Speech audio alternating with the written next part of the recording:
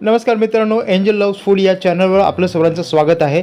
आजच्या या व्हिडिओमध्ये आपण पाहणार आहोत की कोळी लाल मसाला कसा बनवला जातो। हा घरगुती मसाला असतो आणि यामध्ये जवळजवळ 20 ते 30 पदार्थांचे मिश्रण असतं आणि हे प्रत्यक्ष जाऊन गिरणीमध्ये येथे हा मसाला बनवला जातो। तर याची संपूर्ण प्रोसेस आज मी तुम्हाला या व्हिडिओच्या माध्यमातून सांगणार आहे। आणि दुसरी गोष्ट म्हणजे ह्या व्हिडिओमध्ये आपण ईस्ट इंडियन लग्नामधील जी धमाल असते, गिरणीमध्ये जी पीठ दळण्यासाठी ज्या बाया येत असतात त्या कशी धमाल करतात ते सुद्धा आपण ह्याच व्हिडिओमध्ये पाहणार आहोत। म्हणून आपण बघूया ईस्ट इंडियन मसाला बनवण्याची ही प्रोसेस। तर मित्रांनो, मी आधीच म्हटलं की जवळजवळ 20 ते 30 प्रकारचे पदार्थ या मसाल्यामध्ये वापरले जातात। हा खराखुरा कोळी तिखट असा मसाला असतो, जास्त तिखट नसतो मात्र अतिशय चविष्ट असा असतो। त्यानंतर आपण यामध्ये जिरे टाकलेलं आहे बघा, दोन्ही या तव्यावर हे आपण जिरे तापवलेलं आहे। त्यानंतर आपण सफेद तेल आणि मोहरी म्हणजे आपण ज्याला राई दाणे म्हणतो ते सुद्धा आपण तापवून घ्यायचे आहेत। तर हे तापून झाल्यावर वेळ येते खसखस तापवण्याची। मित्रांनो, उद्देश फक्त याच्यातून मॉइश्चर काढायचा असतो। तर इतर मसालेसुद्धा आपण बघत आहोत, जे कॉमन मसाले असतात त्यामध्ये आपण जावित्री असो, आपलं हिरवी वेलची असो, दगडफूल किंवा दालचिनी अशा वेगवेगळ्या प्रकारचे किंवा काळी मिरी वेगवेगळ्या प्रकारचे मसाले हे एकत्र या तव्यावर थोडेसे तापवले जातात। याचा उद्देश फक्त एकच असतो की याच्यातील जे असेन्शियल ऑइल्स असतात ते रिलीज करायचे असतात आणि त्यामुळे चांगला सुगंध आपल्या मसाल्याला येऊ शकतो। तर आपण दुसऱ्या यामध्ये बघतो, दुसऱ्या पातेल्यात बघतो की तिथे तमालपत्र टाकलेले आहेत, ते सुद्धा आपण तापवून घ्यायचे आहेत। तर हा संपूर्ण मसाला जे पदार्थ आहेत ते तापून झालेले आहेत, हे फक्त तापवायचे असतात, भाजायचे नक्कीच नसतात, अन्यथा मसाल्याची जी क्वालिटी असते थोडीशी आपल्याला डाऊन होईल। तर ही आहे हळद, ही अख्खी हळद आहे आणि त्याच्याबरोबर आहे हिंग। तर हे संपूर्ण जे पदार्थ आहेत ते आपण सर्व तयार केलेले आहेत मसाल्यासाठी। आता आपण पाहूया मिरची सुकवण्याची पद्धत। मित्रांनो, ही एक आधुनिक पद्धत आहे मिरची सुकवण्याची। हे आमच्याकडे ड्रायर उपलब्ध आहे, यामध्ये जवळजवळ 7 ते 8 किलो मिरच्या एका वेळी सुकवल्या जातात।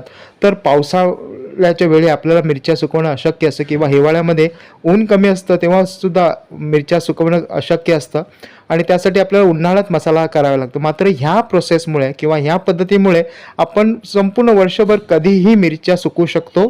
जर आपल्याला मिरच्या सुकवून घ्यायच्या असेल तर आम्ही आपणास या मिरच्या सुकवून देऊ शकतो। तर आमचा नंबरसुद्धा आम्ही या डिस्क्रिप्शन बॉक्समध्ये किंवा स्क्रीनवर आता मी टाकलेला आहे। तर ह्या मिरच्या सुकून झालेल्या आहेत अतिशय चांगल्या प्रकारे, त्याचा कुठल्याही प्रकारे रंग बदलत नाही किंवा जळत देखील नाहीत। तर अशी चांगली एक उत्तम अशी पद्धत आहे मिरच्या सुकवण्याची। तर ही आधुनिक पद्धत आहे आणि त्यामुळे मसाल्याची क्वालिटी असते ती एक नंबर होऊ शकते। बघा, आपण बघू शकतो मिरच्या तोडूनसुद्धा बघायच्या आहेत, किती चांगला आवाज येतो आहे आणि तुटत आहेत, म्हणजे चांगल्या प्रकारे सुकलेल्या आहेत। यामुळे मसाला चांगला होण्याससुद्धा मदत होत असते। तर आता आपण आलेलो आहोत प्रत्यक्ष गिरणीमध्ये।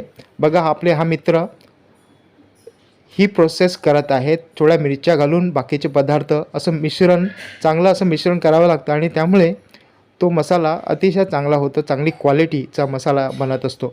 तर हा मसाला आपल्याला संपूर्ण वर्षभर वापरायचा असतो किंवा जवळजवळ 3 ते 4 महिने आपल्याला मसाला वापरायचा असतो आणि त्यामुळे हा मसाला करताना योग्य ती काळजी घ्यावी लागते, त्याची क्वालिटी चांगली येईल यावर नक्कीच विचार केला जाऊ शकतो।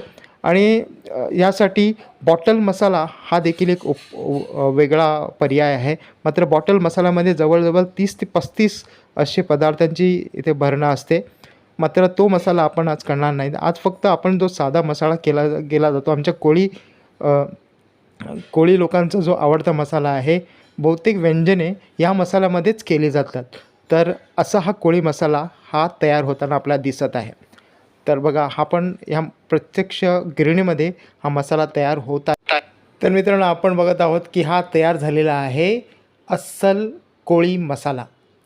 आणि मी आधीच या व्हिडिओमध्ये सांगितलं की ह्या व्हिडिओमध्ये लग्नातील जे वडे बनवले जातात आणि त्या वड्यांसाठी जे पीठ लागते ते दळण्यासाठी गिरणीमध्ये काही बाया येत असतात आणि बघा, या सर्व बाया आलेल्या आहेत आणि धमाल करत आहेत। चांगली पारंपरिक पद्धतीने हे इथं आपण बघतो की येथे पीठ हे दळलं जात आहे। तर काही परंपरासुद्धा आपल्याला येथे पाळल्या जाताना दिसत आहेत आणि या परंपरा फार महत्त्वाच्या आहे. कारण या परंपराच आपल्या संस्कृतीचा दागिना आहे आणि या परंपरेमुळेच आपली संस्कृती शोभून दिसते.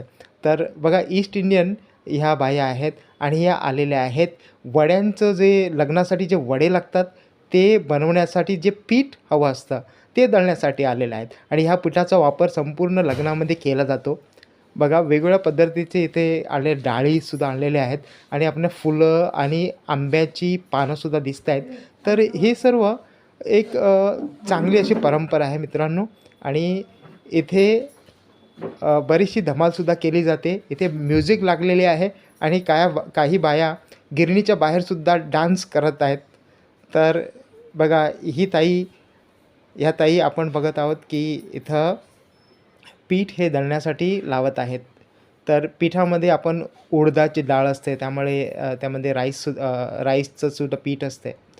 तर हा मसाला आपला तयार झालेला आहे आणि त्याचा व्हिडिओ मी इथे आधीच टाकलेला आहे. तर हा वेगळा या मसाला दळण्यासाठी ही वेगळी इथे गिरण वापरली जाते आणि बघा आपण बघत आहोत.